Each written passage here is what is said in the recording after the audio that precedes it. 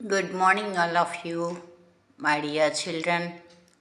Good morning, all my well wishers. Good morning, all the parents. ఈరోజు మీకు నేను జాబ్కి వెళ్ళేటప్పుడు పిల్లలకి చదువు పూర్తయిపోద్ది, చదువుకున్న సర్టిఫికెట్లలో విపరీతంగా మార్కులు కనిపిస్తాయి, కానీ ఉద్యోగానికి వెళ్తే ఉద్యోగం రాదు, ఇంటర్వ్యూలో ఫెయిల్ అవుతారు. ఇలాంటి సమస్యలు ఎదుర్కొంటున్నటువంటి పిల్లలు, నా దగ్గర చదివిన పిల్లలు ఓవర్ కాన్ఫిడెన్స్తో చెప్పేది లెక్క చేయకుండా వెళ్ళి ఫెయిల్ అయ్యి వెనక్కి తిరిగి వచ్చిన వాళ్ళు నా అనుభవంలో చాలామంది ఉన్నారు. యూనివర్సిటీ స్థాయిలో గోల్డ్ మెడల్ సంపాదించిన అబ్బాయి కూడా ఇంటర్వ్యూకి వెళ్ళి ఫెయిల్ అయిపోయి తిరిగి వచ్చారు. నేను ఒక స్టూడెంట్కి రెజ్యూమ్ ప్రిపరేషన్ చేసి తీసుకొస్తే నేను చెప్పాను, నా రెజ్యూమ్లో మిస్టేక్ ఉందమ్మా అని. ఇంటర్నెట్లో ఇంగ్లీష్ కన్నా నీకు ఇంగ్లీష్ బాగా వచ్చా అని క్వశ్చన్ చేశాడు. నేను ఎవరికి ఎదురు మాట చెప్పను, నన్ను తప్పుబట్టినా ఏమీ మాట్లాడను. కాలమే సమాధానం చెప్పుద్ది ఎవరికైనా. వాళ్ళు చేసిన తప్పును వాళ్ళంతటా వాళ్ళు తెలుసుకుంటారు. తెలుసుకోకపోయినా నాకు వచ్చే నష్టమేమీ లేదు అని నేను అనుకొని మెదలకుండా ఊరుకొని ఒక చిరునవ్వు నవ్వి ఆల్ ద బెస్ట్ చెప్పి ఇంటర్వ్యూకి పంపించాను. అక్కడికి వెళ్ళిన తర్వాత ఫస్ట్ వాళ్ళు రెజ్యూమ్ చూసి నేను ఎక్కడ తప్పు ఉందని చెప్పానో అక్కడే అండర్లైన్ చేసి ఇంకా ఏమీ క్వశ్చన్స్ అడగకుండా ఇంటర్వ్యూ చేయకుండా వెనక్కి పంపించారు. వెంటనే నా దగ్గరకు వచ్చేసి కళ్ళనీళ్ళు పెట్టుకొని, అమ్మ ఇదిగో ఇక్కడ అండర్లైన్ చేశారు, మరి నాకు నాలెడ్జ్ లేదు కదమ్మా, నెట్లో చూసి నేను రెజ్యూమ్ ప్రిపేర్ చేశాను, నెట్ ఇంగ్లీష్ కన్నా నేను ఇంగ్లీష్ గొప్ప అని అడిగావు కదా, నేనేం మాట్లాడలేదు కదమ్మా, ఎవరికి వాళ్ళు గొప్ప అని మాత్రం ఎవరు అనుకోకూడదమ్మా, నాకు నా గురువులు, నేను ఈరోజు ఒక మంచి పేరుతో మంచి ఉత్తమ ఉపాధ్యాయురాలాగా నిజాయితీపరులాగా పేరు పొందాను అంటే, నన్ను బాగా గౌరవిస్తున్నారు అంటే ఏమీ ఆస్తులు లేవు. నాలుగు వైపులా ఎటువైపు తిరిగి చూసినా నలుదిక్కుల నాకు చదువు చెప్పినటువంటి గురువులు నాకు ఇచ్చినటువంటి మంచి మార్గం, మంచి మాటలు, నేర్పిన మంచి విషయాలు నా పిల్లలకి చెప్పుకోవటం వల్ల నేను నా పిల్లలు అంటే నా 25 సంవత్సరాల సర్వీస్లో నా దగ్గర చదువుకున్న పిల్లలందరినీ కూడా నేను అలానే పిలుస్తాను. నాకు చాలా ఇష్టం అలా పిలవటం. వాళ్ళందరూ కూడా నన్ను అమ్మనే అంటారు. నాకైతే నిజంగా పిల్లలు లేరండి, అయినా నేను అదన్నీ ఆలోచించను కూడాను. నా ఎయిమ్ ఒక్కటేనండి, మనిషిగా భూమి మీదకి వచ్చిన తర్వాత ఏదో ఒక మంచి పని సమాజానికి చేసి మనం ఇక్కడి నుంచి భూమి మీద నుంచి వెళ్ళిపోయిన తర్వాత అయినా మన పేరు భూమి మీద శాశ్వతంగా చెప్పుకునేటట్టు ఉండాలి అనేటువంటి ఒక కోరిక నాకు. అనుకోవచ్చు అన్ని రకాల పనులు చేస్తున్నారు, మంచి మంచి పనులు, పిల్లల్ని వృద్ధిలో తీసుకొస్తున్నారు, ఇప్పుడు యూట్యూబ్ ఛానల్ పెట్టి ఇలాంటివి చెప్తున్నారు, మరింత సర్వీస్ ఉంది, గవర్నమెంట్ ఎంప్లాయా ప్రైవేట్ కాలేజేనండి. నేను యాక్చువల్గా ఐఏఎస్ ఎగ్జామ్స్, గ్రూప్ సర్వీసులు, బ్యాంకు, రైల్వే అన్నీ రాశాను. ఒక మంచి గ్రూప్ 2 ఎగ్జామ్ క్వాలిఫై అవ్వటము, దానికి నేను ఇంటర్వ్యూకి వెళ్ళాల్సి వచ్చిన టైంలో మేజర్ యాక్సిడెంట్ అయ్యి నాకు ఇక అవకాశం లేకుండా ఊరుకున్నాను. ఇంకా తర్వాత అనిపించింది, ఇంత కష్టపడి నేను చదువుకుని గ్రంథాలయంలో కూర్చొని చదువుకుని రాసుకున్నానండి పరీక్షలని. నేను ఎక్కడ కోచింగ్కి వెళ్ళలేదు. పబ్లిక్ ప్రైవేట్ కాంపిటేటివ్ ఎగ్జామ్స్ అన్నీ అలానే రాశాను. ఈ రోజుల్లో పిల్లలకి ఎంత చెప్తున్నా వింటల్లా, తల్లిదండ్రులు కూడా వింటల్లా. అబ్బో డబ్బులు పిచ్చగా కోచింగ్ సెంటర్లకి పోసేస్తున్నారు. 5 సంవత్సరాల పాటు బ్యాంక్ కోచింగ్కి ఇంటర్వ్యూ తీసుకుని ఎగ్జామ్ ప్రిపరేషన్కి కోచింగ్ తీసుకున్న ఒక స్టూడెంటు 5 సంవత్సరాల తర్వాత మళ్ళీ తిరిగి వచ్చాడు కాలేజీకి.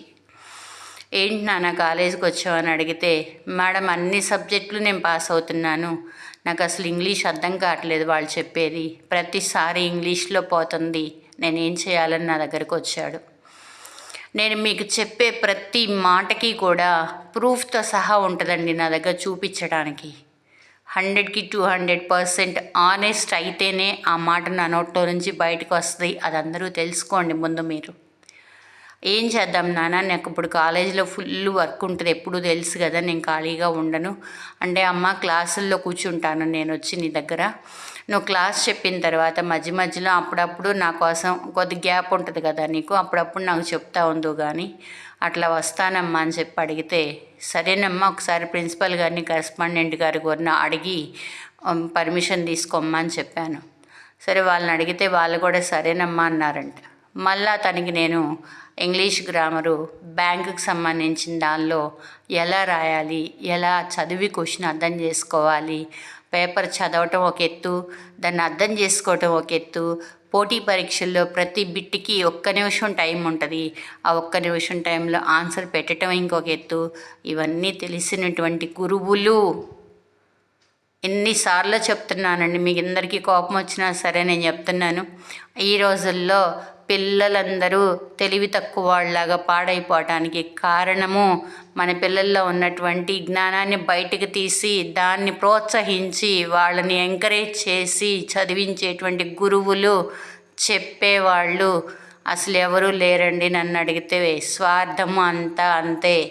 ఎక్కడ పైకి వస్తారా అని చెప్పేసి పుస్తకాలు టెక్స్ట్ బుక్ చూసి పాఠం చెప్పే గురువే లేడు. గైడ్లు, టెస్ట్ పేపర్లు, ఇవాళ ఉన్న మెటీరియల్ రేపు ఉండదు. ఇంటర్మీడియట్లో చేరిన ప్రతి విద్యార్థికి మొదటి నుంచి చివరి దాకా 30 రకాల మెటీరియల్స్ ఇస్తారు. వాటి మీద రకరకాల పేర్లు రాస్తారు. దోచుకోవటం, పిల్లల్ని దోచుకోవటం, డబ్బు సంపాదించడం ఈజీగా. ఒక్క రాత్రిలోనే గొప్పవాళ్ళు అయిపోవాలి. ఎట్లా అంటే పుస్తకాలు, రకరకాల పుస్తకాలు, ఇది చదివితే మార్కులు వస్తాయి, ఇది చదివితే మార్కులు వస్తాయి. అట్రాక్షన్. తల్లిదండ్రులు కానీ పిల్లలు కానీ అడ్వర్టైజ్మెంట్లకి, వాళ్ళు చెప్పే బోగస్ మాటలకి ఆకర్షింపబడి వాటికి లోనైపోయి పిల్లలు పాడైపోతున్నారు, డబ్బులు వృధాగా ఖర్చు అవుతున్నాయి. వెనకటి కాలంలో చదువు చెప్పిన గురువులు మీకు ఎవరన్నా దొరికితే అంత అదృష్టవంతులు ఇంకెవరూ లేరనేది విషయాన్ని తెలుసుకోండి. నేను ఈరోజు మీకు ఏం చెప్పాలనుకున్నానంటే, పిల్లలు ఎవరినైనా సరే సెల్ఫ్ ఇంట్రడక్షన్ చెప్పండి అమ్మా అని అడిగితే ఒక్కళ్ళు కూడా చెప్పలేకపోతున్నారు. 2 మాటలు ఇంగ్లీష్లో కనీసం 2 లైన్లు, 1 లైను ఫ్రీగా మాట్లాడలేకపోతున్నారు. కేవలం వాళ్ళకి సబ్జెక్ట్ రాక కాదు, భయంతోనే. ఎన్నో పెద్ద పెద్ద చదువులు చదివి కంప్యూటర్స్, ల్యాబ్స్, ఎగ్జామ్స్, మార్క్స్ ఎన్నో పనులు చేసి మార్కులు కూడా బోలెడు సంపాదిస్తారు. మీ గురించి 2 నిమిషాలు, మీ గురించి మీకు 2 నిమిషాలు చెప్పండి అమ్మా అని అడిగితే ఒక 10 వాక్యాల్లో మీ పరిచయం చేసుకోవాలంటే మీకు ఏమవుతుందంటే గొంతు తడారిపోయినట్టుగా, అరిచేతులు చెమట పట్టినట్టుగా, కాళ్ళు వణుకుతున్నట్టుగా, గుండెలో సంథింగ్ ఏదో భయపడుతున్నట్టుగా, ఇవన్నీ కూడాను ఏసీ రూమ్లో కూర్చున్నా సరే మీరు ఇంటర్వ్యూకి వెళ్ళి అక్కడ కూడా మీకు చెమట పట్టేసేసి ఎన్నో సమస్యలు ఎదుర్కొంటున్నట్టుగా మీ మొహంలో చక్కగా కనిపిస్తుందన్నమాట. ఎన్ని సబ్జెక్టులు ఎంతో బాగా చదివి మార్కులు తెచ్చుకున్న మిమ్మల్ని మీకు పరిచయం చేసుకోవడం రావట్లేదు అంటే అర్థం ఏంటంటే మీలో ఉన్న టెన్షన్. మీ ఇంటర్వ్యూలో మీ పరిచయం సమయంలో మీరు కంగారు పడాల్సిన అవసరం అనేది అసలు ఏమీ లేదు.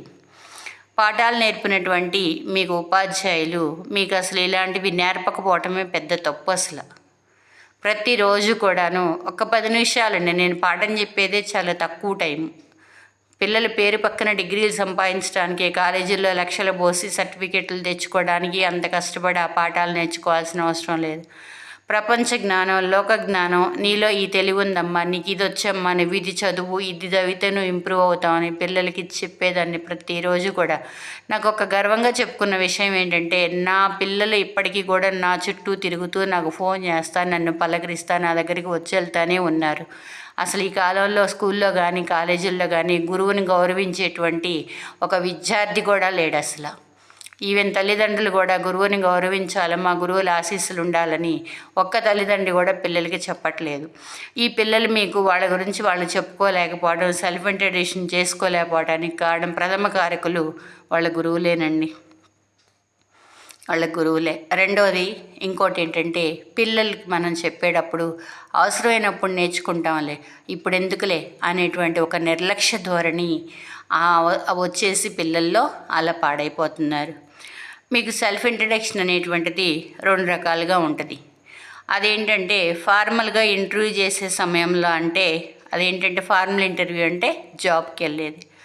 ఇన్ఫార్మల్ అంటే ఫ్రెండ్స్కి తెలిసిన వాళ్ళకి మిమ్మల్ని మీరు పరిచయం చేసుకోవటం. అలా సెల్ఫ్ ఇంట్రడక్షన్లో ఫార్మల్ ఇంట్రడక్షన్ అని, ఇన్ఫార్మల్ ఇంట్రడక్షన్ అని 2 టైప్స్ ఉంటాయి అన్నమాట. మీరు పరిచయం చేసుకోవడం అనేది ఒక ఇంట్రడక్షన్, ఓ సినిమా అడ్వర్టైజ్మెంట్లా ఉండేలా చూసుకోవాలి మనం. నిజంగా దాన్ని మన ఇంట్రడక్షను ఒక సినీ యాడ్ ఉండేలా చూసుకోవాలి. కేవలం 10 సెకండ్ల వ్యవధిలోనే సినిమాలో ఉన్న విషయాలన్నీ చూపించేస్తారు కదా, అట్లాగే మన ఇంట్రడక్షన్ కూడా ముందు మనం ప్లాన్ చేసుకొని ఒక పేపర్ మీద రాసుకొని దాన్ని బాగా మనం ప్రాక్టీస్ అయ్యి పేపర్ చేతిలో లేకుండా ధైర్యంగా చక్కగా ఇంటర్వ్యూ చేసే వాళ్ళ ఎదురుగా వాళ్ళ ముందే నుంచుని వాళ్ళని చూస్తానే మాట్లాడాలి. తలొంచుకుని కిందకు చూసినా, తలెత్తుకుని పైకి చూసినా, అటేటో చూస్తా మాట్లాడినా అవన్నీ నెగిటివ్ పాయింట్స్ అవుతాయి అన్నమాట. ముందుగా మీరేం చేయాలంటే, మిమ్మల్ని మీరు ఇంట్రడ్యూస్ చేసినప్పుడు మీ ఇంటి పేరుతో సహా మీరు చదువుకున్నటువంటి సర్టిఫికేట్స్లో ఎలా ఉందో అలానే చెప్పుకోవాలి. మొట్టమొదట మీ పేరు, తర్వాత మీ తండ్రి పేరు, మీ నాన్నగారి పేరు, తర్వాత ఆయన చేసేటువంటి వృత్తి, ఉద్యోగం, ప్రొఫెషన్ ఏదైతే అది చెప్పాలి. తర్వాత అమ్మ పేరు చెప్పుకోవాలి. అమ్మ కనుక ఉద్యోగం చేస్తే పర్లేదు, లేదు హౌస్ వైఫ్ అని చెప్పుకునే మాట ఇబ్బందిగా అనిపిస్తే డొమెస్టిక్ ఇంజనీర్ అనే పదాన్ని కూడా వాడచ్చు, తప్పేం లేదు. డొమెస్టిక్ ఇంజనీర్ అని అలా మీ గురించి అమ్మ పేరు, నాన్న పేరు, వాళ్ళు చేసే వృత్తి గురించి చెప్పుకున్న తర్వాత ఇంకా మీకు బ్రదర్స్ సిస్టర్స్ ఉంటే గనక అంత బాగా డీప్గా లెంగ్దీగా చెప్పకూడదు కాబట్టి మన సెల్ఫ్ ఇంట్రడక్షన్ అనేటువంటి తక్కువ టైంలో అయిపోవాలి కాబట్టి దాన్ని అలా మనం వదిలేసిన ప్రాబ్లం ఏమి ఉండదు. వాళ్ళు అడిగితే చెప్పండి.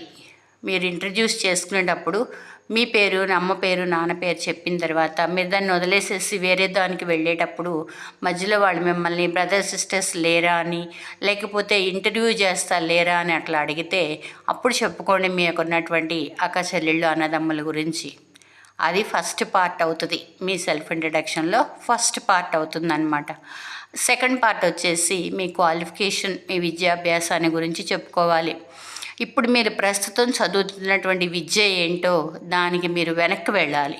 వెనక్కి ఎందుకు వెళ్ళమని చెప్తున్నామమ్మా, మీరు 10th నుంచి మొదలు పెట్టుకొని పీజీ దాకా వచ్చేలోపు చాలా పొడవుగా ఉంటుందన్నమాట మన qualification. 10th, inter, degree, PG, ఏ స్కూలు, ఏ ఊరు, ఎంత పర్సెంటేజ్ వచ్చింది, ఇవన్నీ చెప్పుకుంటూ రావాలి. ప్రజెంట్ మనం చదువుతూ ఉన్నాము, పీజీ చేస్తున్నాము, లాస్ట్ స్టేజ్కి వచ్చాము. ఇప్పటి నుంచి మనం సెల్ఫ్ ఇంట్రడక్షన్ ఒకటి, రెజ్యూమ్ ఒకటి ఎప్పటికప్పుడు అప్డేట్ చేసుకుంటూ ఉండాలి. అందుకని చెప్పేసి మనం ఇప్పుడు నేను చెప్పేది ఎవరి కోసం అమ్మ అంటే, డిగ్రీ ఫైనల్ ఇయర్ పిల్లలు, పీజీ ఫైనల్ ఇయర్లో ఉన్నవాళ్ళు అలా ఉద్యోగానికి వెళ్ళేటప్పుడు సెల్ఫ్ ఇంట్రడక్షన్ చెప్పుకోవటం, ఎక్కడైనా పబ్లిక్ స్పీచ్లో కూడా మిమ్మల్ని మీరు సెల్ఫ్ ఇంట్రడ్యూస్ చేసుకోవాలంటే ఎలాగూ మీకు స్టేజ్ ఫియర్ లేకుండా మీరు ఏ విషయాలు క్లుప్తంగా చెప్పి వాళ్ళకి దిగి రావాలి స్టేజ్ మీద నుంచి, ఇవన్నీ చెప్పాలనే ఉద్దేశంతో నేను ఈరోజు సెల్ఫ్ ఇంట్రడక్షన్ అనేటువంటి ఆ టాపిక్ని మీ ముందుకు తీసుకొచ్చాను అన్నమాట. అయితే మీరు క్వాలిఫికేషన్ చెప్పేటప్పుడు 10th నుంచి తర్వాత పీజీ వరకు మీరు డిగ్రీ చదువుకుంటే ఎక్కడ చదివారు, ఎంత పర్సెంటేజ్ వచ్చింది, ఏ డివిజన్ అంటే అర్థం ఏంటమ్మా, బీఎస్సీ, బీకాము, బీఏ అలా ఉంటాయి కదా డిగ్రీలో, వాటి గురించి తప్పనిసరిగా దానిలో మనం చెప్పాల్సిందే అనమాట. తర్వాత మీరు మరీ లోతుగా చెప్పకూడదమ్మా, బాగా డీప్గా. అంటే ఒకటేంటంటే ఈ రోజుల్లో పిల్లలు చెప్పేటువంటి మాట, చేసే పని రెండు ఒకటిగా ఉండలేదు. ఏదో గొప్ప డాంబికాలుగా చెప్తారు మాటల్లో, చేతల్లోకి వచ్చేటప్పటికి మనం ఒరిజినల్గా సర్టిఫికేట్లు చూసేటప్పటికి దానిలో అవి కనపడవన్నమాట. ఇప్పుడు మిమ్మల్ని మీరు ఇంట్రడ్యూస్ చేసినప్పుడు మీ గురించి అతిశయోక్తిగా చెప్పుకుంటారు. వాళ్ళ చేతికి మీ ఎడ్యుకేషన్ అకాడమిక్ ఫైల్ తీసుకున్న తర్వాత దానిలో అవి కనుక లేకపోతే మీరు నవ్వులు పాలవుతారనే విషయాన్ని గమనించుకోకుండా అంతా కూడాను బోస్టింగ్, ప్రగల్భాలు పలకటం, బడాయి పోవటం అలాంటివి ఎక్కువ జరుగుతుందమ్మా ఈ కాలంలో. దానివల్ల చాలా దెబ్బతింటారు. అలా మాత్రం వద్దు. న్యాచురల్గా ఉండండి, న్యాచురల్గా మాట్లాడండి, మీకున్నది ఉన్నట్టుగా చెప్పండి. అతిశయోక్తి అనేది వద్దు. చదువుకునే క్వాలిఫికేషన్ కూడా 10th నుంచి ఇప్పుడు మీరు చదువుతున్న దాని వరకు బార్కి చెప్పుకుంటూ వచ్చేటప్పుడు షార్ట్కట్లో 10th ఏ స్కూలు, ఏ ఊరు, ఇంటర్ ఎక్కడ, ఏ గ్రూపు, డిగ్రీ ఏ గ్రూపు, ఎంత పర్సంటేజ్, పీజీ ఎక్కడ, ఇదంతా కంప్లీట్ అయిపోయినాక ఇక సెకండ్ స్టేజ్ అయిపోయిందమ్మా క్వాలిఫికేషన్లో. థర్డ్ స్టేజ్లో ఏంటంటే మీ అనుభవం అంటే ఏంటమ్మా, ఇప్పుడు మీరు విద్యాభ్యాసం మొత్తం పూర్తి చేశారు. మీరు నన్ను అడుగుతారు ఒక క్వశ్చన్ ఏంటంటే, మేడం ఇప్పుడే కదా చదువుకుని మేము అయిపోయింది, మా ఎక్స్పీరియన్స్ రాయమంటారు రెజ్యూమ్లో, ఏమని రాస్తాము మేము, ఎలా రాస్తాము అని చెప్పేసి, మీకు అలా ఎక్స్పీరియన్స్ లేకపోతే మాకు ఉద్యోగం ఇవ్వరా అని మొహం అదొకలాగా పెట్టేసుకొని నీరు గారిపోయినట్టుగా అడుగుతారనమాట. అదేం కాదమ్మా, అసలు అది ఏం కాదు. మీరేంటంటే ఫ్రెష్గా చదువుకోవటం అయిపోతే కనుక గ్రాడ్యుయేషను, పోస్ట్ గ్రాడ్యుయేషను ఫ్రెషర్ని అని చెప్పాలమ్మా. కంప్లీట్ అయిపోయినటువంటి ఫ్రెషర్ని అని చెప్పుకుంటే చాలన్నమాట. మీరు మీ టాలెంట్కి పెద్ద గొప్ప స్థాయిలో పెద్ద పీట వేసి చెప్పుకోవాల్సిన అవసరం లేదు నాన్న. అనుభవం ఉంటే ఉందని, లేకపోతే లేదని, ఉంటే కనుక ఏ హోదాలో పనిచేశారో, ఏ సంవత్సరంలో పనిచేశారో, తప్పనిసరిగా ఏ కంపెనీలో చేశారో చెప్పాలన్నమాట. 4వ స్టేజ్లో ఏంటంటే మిగిలిన విషయాలు. ఏంటమ్మా మిగిలిన విషయాలు? ఇప్పుడు ఇంగ్లీష్ బాగా మాట్లాడగలవు, తెలుగులో చక్కగా మాట్లాడగలవు, ఇంకా దానికి మించి నీకు ఏదన్నా ఇంకా వేరే లాంగ్వేజెస్ వస్తే కనుక మీ భాషా పరిజ్ఞానాన్ని గురించి మీరు ఎలా మాట్లాడగలరో, ఇంగ్లీషు తెలుగు మాట్లాడగలను, నాకు కొంచెం హిందీ కూడా వచ్చు, అర్థం చేసుకోగలను, చదవగలను అనేటువంటి విషయాలు. తర్వాత మీ హాబీస్ గురించి కొంచెం జాగ్రత్తగా చెప్పండి. ఎందుకంటే ఇక్కడ ప్రతి పాయింట్ కూడాను పాజిటివ్గా తీసుకునే, నెగిటివ్గా తీసుకునే ఉంటాయమ్మా మీరు చెప్పేటువంటి సెల్ఫ్ ఇంట్రడక్షన్లోనే, మీ ఇంటర్వ్యూలో కూడా. అందుకని ఏంటంటే మీ హాబీస్ గురించి జాగ్రత్తగా చెప్పాలమ్మా. ప్రొఫెషనల్ హాబీసే చెప్పాలి. అల్లరి చిల్లరగా ఎగతాళిగా ఉండేటువంటి హాబీస్ చెప్పకూడదమ్మా. ప్రొఫెషనల్ హాబీస్, మీ హాబీస్లో కంపెనీకి ఉపయోగపడేటట్టుగా ఉండాలి మీకు. అంతేగాని టీవీ చూస్తాను, క్యారమ్స్ ఆడతాను, ఇలాంటివన్నీ కూడాను అవి మీ పర్సనల్ అనే విషయాన్ని గుర్తుపెట్టుకోండి అమ్మా. పర్సనల్గా మీకు కొన్ని హాబీస్ ఉంటాయమ్మా, వాటిని మనం ఉద్యోగాల దగ్గరికి వెళ్ళినప్పుడు అక్కడ అసలు చెప్పకూడదు ఇలాంటి విషయాలు. రీడింగ్ బుక్స్ అని, లేకపోతే ఎప్పటికప్పుడు నేను అప్డేట్ మై నాలెడ్జ్ అని, నోయింగ్ న్యూ టెక్నాలజీ అని, డెవలపింగ్ కమ్యూనికేషన్ స్కిల్స్ అని, ఇలాంటి వాటిని చెప్పాలమ్మా నీ హాబీస్ అంటే. ఇంకొకసారి చెప్తున్నా చూడండి.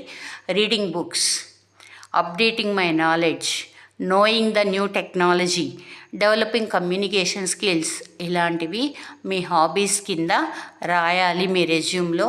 చెప్పేటప్పుడు కూడా అవే చెప్పాలి. అప్పుడు మీ మీద వాళ్ళకి ఒక పాజిటివ్ ఇంప్రెషన్ అనేది క్రియేట్ అవుతుంది, సదభిప్రాయం అనేటువంటిది ఏర్పడుతుంది. ఇంగ్లీష్ వర్డ్కి తెలుగు వర్డ్ రిలేటెడ్ వర్డ్ ఎంత చక్కగా చెప్తున్నానో చూసుకోండి మీరు. నేను గొప్ప అని అంటలేదమ్మా, నాకు ఇంత నేర్పిందంతా కూడా నా గురువులు ఎన్నోసార్లు చెప్పాను నేను. కంప్లీట్గా ఇంగ్లీష్లో మాట్లాడితే అర్థం చేసుకునే వాళ్ళు చాలా తక్కువ మంది ఉన్నారు. అందుకనే నేను ఎప్పుడు కూడాను కొంచెం తెలుగు కొంచెం ఇంగ్లీష్ రెండు కలిపే చెప్తున్నాను, ఈజీగా అర్థమవుతుందని. ఇప్పుడు నేను అన్న వర్డ్ ఏంటమ్మా, మీకు నేను పాజిటివ్ ఇంప్రెషన్, సదభిప్రాయం అనేటువంటిది కలుగుతుంది. నేను చెప్పినటువంటి మాటలు 2 సార్లు చెప్పాను ఇప్పటికి. మీరు ఆ హాబీస్ అనేటువంటివి అలాంటివి చెప్పుకోండి. తర్వాత మీరు ఎక్కడైనా సరే పేపర్ ప్రజెంటేషన్ అంటారు నాన్న. మీరు ఎక్కడన్నా జీవితంలో చాలా పోటీల్లో ఏదన్నా పాల్గొని ఎస్సే రైటింగ్ కానీ, డిబేట్ కానీ, ఇంకా దేనిలో అయినా సరే నేషనల్ లెవెల్, ఇంటర్నేషనల్ లెవెల్, జాతీయ అంతర్జాతీయ స్థాయిలో పాల్గొని ఉంటే, సర్టిఫికేట్లు కానీ, మెడల్స్ కానీ పొంది ఉంటే వాటి గురించి తప్పనిసరిగా చెప్పుకోవాలమ్మా. పబ్లిక్లో స్పీచ్ ఇచ్చారనుకోండి మీరు ఎక్కడే, అవి కూడా చెప్పుకోవాలమ్మా తప్పనిసరిగా. మీరు ఇదంతా కంప్లీట్ అయిపోయిందమ్మా. మీ హాబీస్ అయిపోయింది, మీ గురించి మీరు చెప్పుకున్నారు. ఫస్ట్ మీ పేరు, నాన్న పేరు, అమ్మ పేరు, క్వాలిఫికేషను, మీ అనుభవము, తర్వాత ఇప్పుడు మీరు చెప్పింది ఏంటమ్మా అనుభవం, తర్వాత మీ హాబీసు. ఇది 4వ స్టేజ్ హాబీస్ అనేది. తర్వాత ఇంకా లాస్ట్కి వచ్చేటప్పటికి మీ గురించి మీరు, మీ ప్రతి మనిషికి ఒక వీక్ పాయింట్ ఉంటుంది నాన్న. బలహీనత అనేదాన్ని మాత్రం అసలు ఎక్కడా చర్చలోకి తేవద్దు, చెప్పొద్దు. ఇది నా బలహీనత అని ఎవరికి చెప్పొద్దు. అసలు ఒక మనిషి బలహీనత బయటపడింది అంటే ఇక జీవితంలో ఎదగలేరు. అది ప్రతి ఒక్కరికి పుట్టుకతో వస్తుందమ్మా, మనం క్రియేట్ చేసుకుంది కాదు. స్ట్రెంగ్త్ ఉంటుంది, వీక్నెస్ ఉంటుంది మనకి. స్ట్రెంగ్త్ మనలో ఉన్న స్ట్రెంగ్త్ని చేతల్లో చేసి చూపించాలి. మాటల్లో చెప్పినా తప్పులేదు, చెప్పిన దాన్ని మనం చేసి చూపించాలి. అది స్ట్రెంగ్త్ అంటే. వీక్నెస్ అనేది మాత్రం ఎప్పుడు బయట పెట్టవద్దు. చిట్ట చివరిగా ఇంకొక మంచి మాట ఏంటంటే, మీ జీవిత ఆశయం ఏంటో చెప్పాలి. ఏమి కావాలని కోరుకుంటున్నారు మీరు? కార్పొరేట్ ఆఫీస్లో ఇంటర్వ్యూకి వెళ్ళి నేను ఐఏఎస్ అవ్వాలి, పోలీస్ ఆఫీసర్ అవ్వాలి అనేటువంటి అని చెప్పొద్దు. అస్సలు చెప్పొద్దు. కార్పొరేట్ ఆఫీసుల్లో ఇంటర్వ్యూకి వెళ్తే ఐఏఎస్ అవ్వాలని, పోలీస్ ఆఫీసర్ అవ్వాలనుకుంటున్నాను అనే మాట మాత్రం అస్సలు చెప్పొద్దు. ఎందుకంటే మీకు అలాంటి కార్పొరేట్ ఆఫీసుల్లో ఆ మాట చెప్పారంటే ఇచ్చే ఉద్యోగం కూడా పోతుంది మీకు. అట్లాగే గవర్నమెంట్ ఉద్యోగాలకి ఇంటర్వ్యూకి వెళ్ళినప్పుడు, గవర్నమెంట్ పరీక్షలు పాస్ అయ్యి ఇంటర్వ్యూకి వెళ్ళినప్పుడు వాళ్ళు ఇంటర్వ్యూలో నీ జీవిత ఆశయం ఏంటమ్మా అంటే అమెరికాలో జాబ్ చేయాలని, సాఫ్ట్వేర్ ఇంజనీర్ అవ్వాలని, అలాంటి విషయాలు గవర్నమెంట్ ఇంటర్వ్యూలో చెప్పకూడదు. ఇంటర్వ్యూలో ఎప్పుడూ కూడా సొంత సంస్థ అనేటువంటిది ఒకటి స్థాపించి దాన్నే నేను డెవలప్ చేయాలనే విషయం కూడా ఎవరికీ చెప్పకూడదు. నీకు లోపల ఉంటే ఉండొచ్చు ఆ కోరిక, కానీ ఇంటర్వ్యూలో కానీ మీ సెల్ఫ్ ఇంట్రడక్షన్లో కానీ అసలు చెప్పకూడదు. ఎందుకంటే ఆ కంపెనీలు వాళ్ళందరూ కూడా మీకు ఇచ్చే ఉద్యోగాన్ని ఇవ్వకుండా ఊరుకుంటారు.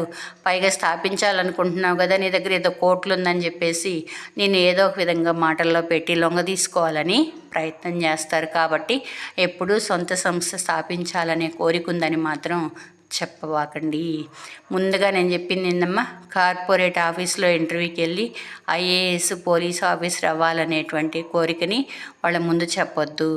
గవర్నమెంట్ ఉద్యోగాలకి ఇంటర్వ్యూలకి వెళ్ళి అమెరికా వెళ్ళాలనో, సొంత సంస్థ స్థాపించాలనో ఇలాంటి కోరికలు ఉన్నాయనే విషయాన్ని కూడా అస్సలు చెప్పొద్దు. మీరు ఎప్పుడైనా సరే పార్ట్ టైం ఉద్యోగానికి వస్తే ఇండికేషన్ ఇండైరెక్ట్గా ఇచ్చినటువంటిది, అలాగే సామాజిక సేవ చేస్తానని ఈ రోజుల్లో అందరూ విపరీతంగా చెప్తున్నారు. నాన్న అసలు చెప్పకూడదు నాన్న ఆ విషయాన్ని. చేయాలనే కోరిక ఉంటే దాన్ని ఒకటమ్మ మనం చేసే ప్రతి పని, మన కుడి చేతితో చేసే పని మన ఎడమ చేతికి తెలియకూడదు. సమాజ సేవ చేయాలని ఉంటే దాన్ని కామ్గా చేసి ఊరుకోవటమే. మనం చేసిన దాన్ని గుర్తించి ఎవరన్నా మనకి గుర్తింపు ఇస్తే దాన్ని తీసుకోవాలి, కానీ అంతేగాని మనకు మనంగా ఎప్పుడు బయట ఎక్కడ సోషల్ సర్వీస్ అనేటువంటి వాటిని ఉపయోగించకూడదు, చెప్పొద్దు బయటికి.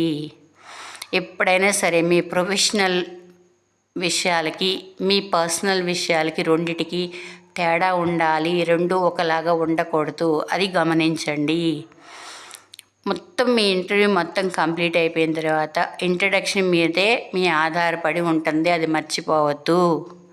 ఇంటర్వ్యూ మొత్తం అన్ని క్వశ్చన్స్ బాగా చెప్పినా అంతా అయిపోయినా సరే చివరికి మీకు వాడు ఎస్ నో అనేటువంటిది ఎక్కడ ఉంటుందమ్మా అంటే మీరు చెప్పినటువంటి మీ ఇంట్రడక్షన్ మీదే ఆధారపడి ఉంటుంది.